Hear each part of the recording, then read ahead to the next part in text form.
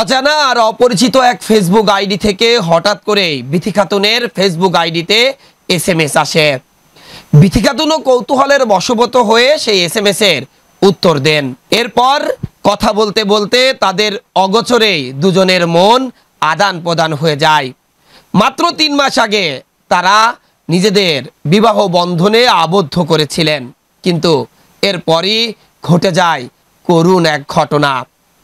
আত্মহননের রাজধানী হিসেবে পরিচিত ঝিনাইদহের শৈলকুপায় স্বামীর উপর অভিমান করে বাবার বাড়িতে এবার আত্মহনন করলেন বিথি খাতুন নামের এক গৃহবধূ। প্রেম করে বিয়ে করায় কাল হলো বিথি খাতুনের।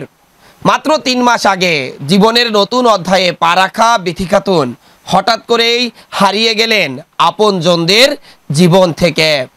মায়ের বুক খালি করে সমাজকে প্রশ্নবিদ্ধ করে এক গভীর অভিমান তাকে নিয়ে গেল অন্ধকার অতলে। এমন হৃদয় বিদারক ঘটনা ঘটেছে ঝিনাইদহের শৈলকুপা উপজেলার নাগপাড়া গ্রামে।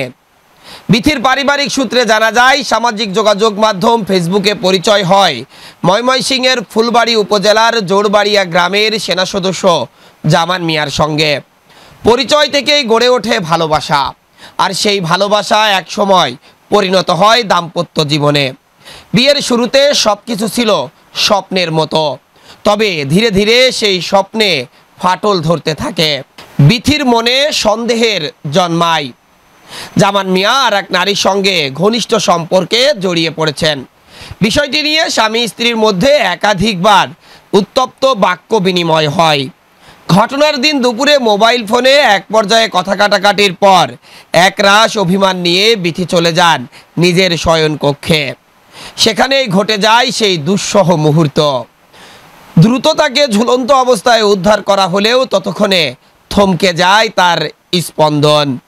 বিথির মা বলেন, মেয়ের বিয়ে হয়েছে মাত্র 3 মাস আগে। জামাইয়ের পরকীয়া ছিল কিনা তা তিনি জানেন না, ফোনে কি কথা হয়েছেন সেটাও তিনি জানেন না। বিথি আমাদের কিছুই বলেনি, না বলে এমন একটি কঠিন কাজ করে গেল। শৈলকুপা থানার ভারপ্রাপ্ত কর্মকর্তা মাসুম খান জানান, বিষয়টি অত্যন্ত দুঃখজনক। পুলিশ মরদেহ উদ্ধার করে ময়নাতদন্তের জন্য সদর হাসপাতালের মর্গে পাঠিয়েছে। থানায় একটি অপমৃত্যু মামলা রেকর্ড করা হয়েছে। একটি ভুল সিদ্ধান্ত যে কত বড় ক্ষতির কারণ হতে পারে, বিথির গল্প যেন তার জ্বলন্ত উদাহরণ।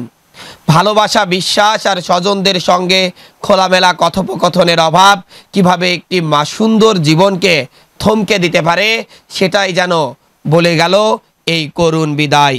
তুই আইছিস কি? তুই তো মন বেজার কে? কষা কিছু না। আমি কাছে জামানের কিছু হয়েছে কষা না। আমাকে জামান যদি কিছু কয় তা আমার কাছে আমি সেটা সংশোধন করব। তুই মা ছাড়া কেউ পারবি না। তাই কলিফার কষা যে না, তুমি এলেই করতে যাও, তুমি এলে খাওয়াতে যাও, ওই গরু ছাগল খাওয়া আসো। তা আমি কাছে কে কষা যে তুমি হাঁস খাওয়া আসো, তুমি হাঁস খাওয়া আসো। আমি কাছে যাচ্ছি, তাই আমি আবার ঘরে দুয়ার দেখে আমি আবার এনে ঘুম এসে গেছি। গেলি পরে আবার আমি উঠিয়ে তো ওই হাঁসের খাবারটা ওই ঘরে নয় আনতে গেছি। আনতে দেই যে